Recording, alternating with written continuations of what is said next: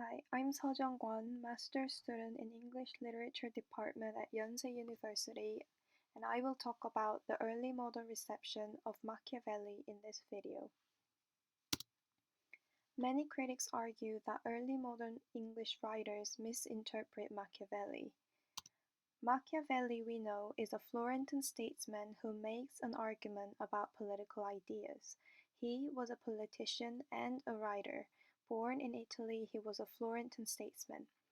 However, as we see a lot of villainous characters being called as evil Machiavel in Renaissance drama, we come to think that Renaissance writers are more interested in adopting Machiavelli as a literary metaphor for evil rather than as a political theorist. For instance, we judge this from characters like Iago in Othello and Ferdinand and Cardinal in The Duchess of Malfi. Iago demonstrates a skillful tactic to manipulate Othello. Ferdinand and Cardinal also manipulate Bossola to carry out their cunning plans. As a result, there is no crime that is not associated with the image of Machiavel, such as poisoning, atheism, fraud, deceit, hypocrisy, treachery, and murder.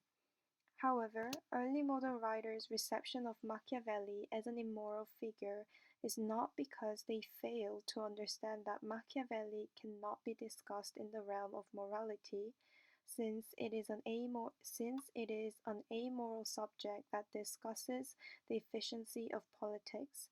It is also not because they misunderstand Machiavelli's politics. In fact, their use of evil Machiavel is a proof that they understand that English national identity shares many similarities with Machiavelli's political identity, to the extent where they even share the same weakness in their theories. Therefore, early modern writers intentionally employ the misinterpreted form of Machiavelli to demonstrate the same possibility of misinterpreting English national sentiment of Tudor time. Let us first examine English national sentiment during Tudor time. English national consciousness as Puritanism. There was religious revolution during Renaissance time. Henry VIII claims Anglican as national religion, and Elizabeth I oppresses Catholics. English national consciousness as individualistic and equal. As there has been a lot of social mobility, the term nation no longer referred to the minor elite of the society, but instead to people who were rich enough to move up a social ladder. English national sentiment arose with a rising sense of collective individuals. Due to the rebellious and individualistic traits of English nationalism at the time, there was a high risk of raising an illegitimate force. This coincides with the concern in following Machiavelli's politics. Machiavelli's doctrine also explains how to be an efficient ruler and how one must employ skillful rhetoric and discourse to gain one's own power and become competent. He puts an efficiency and economy of ruling above morality and legal system. This yields a risk that it may encourage an illegitimate force, as there is no legal limitations that is put on individuals' practice of their own free will and competence. As a result, English national sentiment during Tudor time shares the same concern and weakness in its idea with that of Machiavelli. Therefore, it is reasonable to believe that a misinterpreted form of Machiavelli in the field of morality and humanity raises an alarm to audience of Renaissance time about raising an illegitimate and immoral force like evil Machiavelli. It is a lesson, then, that the early modern dramatists are giving when they employ Machiavelli as an evil metaphor, that if anyone misunderstands English national identity, which is in line with Machiavelli's theory, and becomes an evil Machiavel, an illegitimate force, one cannot avoid tragedy. Machiavelli is a mechanism they use to give a warning to Renaissance audience that they must not cross line like Machiavelli in interpreting that they must not cross line like Machiavel in interpreting English national sentiment, and that there will be a tragic consequence who misinterprets their similar ideas. With this perspective, we can read Christopher Marlowe's The Jew of Malta. Why does the writer employ Jew to create a prejudice against Jew and to condemn it as evil traits of Machiavelli? There is a possibility that it is because Jews were considered a threat during Renaissance time. Jews had their individualistic way of forming solidarity, which is not based on ethnicity, religion, and culture, but based on profits and trades. This was considered odd and strange to English society of Renaissance time. This indicated their potential to be successful on their own independently. Therefore, it signified a possibility of becoming an illegitimate force.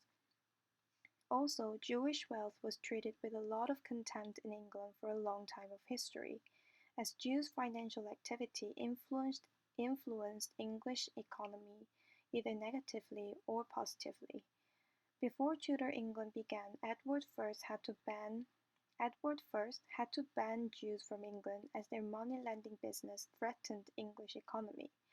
However, in Tudor England, Jews were re-invited to England to reignite sluggish economy of England.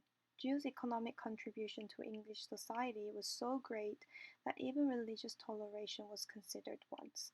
This was a definite threat to Elizabethan monarchy, which holds Protestantism as their national identity. For this reason, Christopher Marlowe draws the Jew Barabbas's wealth and way of forming solidarity as Jewish traits and condemns them as selfish and evil. It is a fear of its potential to become a legitimate force that is encouraging Marlowe to condemn the Jew Barabbas as an evil Machiavelli. In conclusion, when we discuss the early modern reception of Machiavelli, we tend to focus only on the fact that they adopted Machiavelli in the field of morality. Because of this way of depiction, many critics conclude that English Renaissance writers do not understand Machiavellian politics. However, English national identity depicted in many Renaissance dramas by early modern writers actually reveal many similar sides with Machiavelli's political theory. English monarchy was almost considered Machiavelli's republic as they praised individualism and equality. They in fact share even the same weakness in their ideas. Therefore, I contend in this video that it is more important to see that early modern writers are aiming at the weak spot in Machiavelli's political theory to invent an evil metaphor of Machiavelli. This indicates that their use of evil Machiavelli is an expression of their anxiety and concern over the similar weakness in their theory. In short, it is sensible to believe that in the 16th century, Machiavelli symbolized anxieties about the use and abuse of power and about the contingent nature of political authority. Thank you.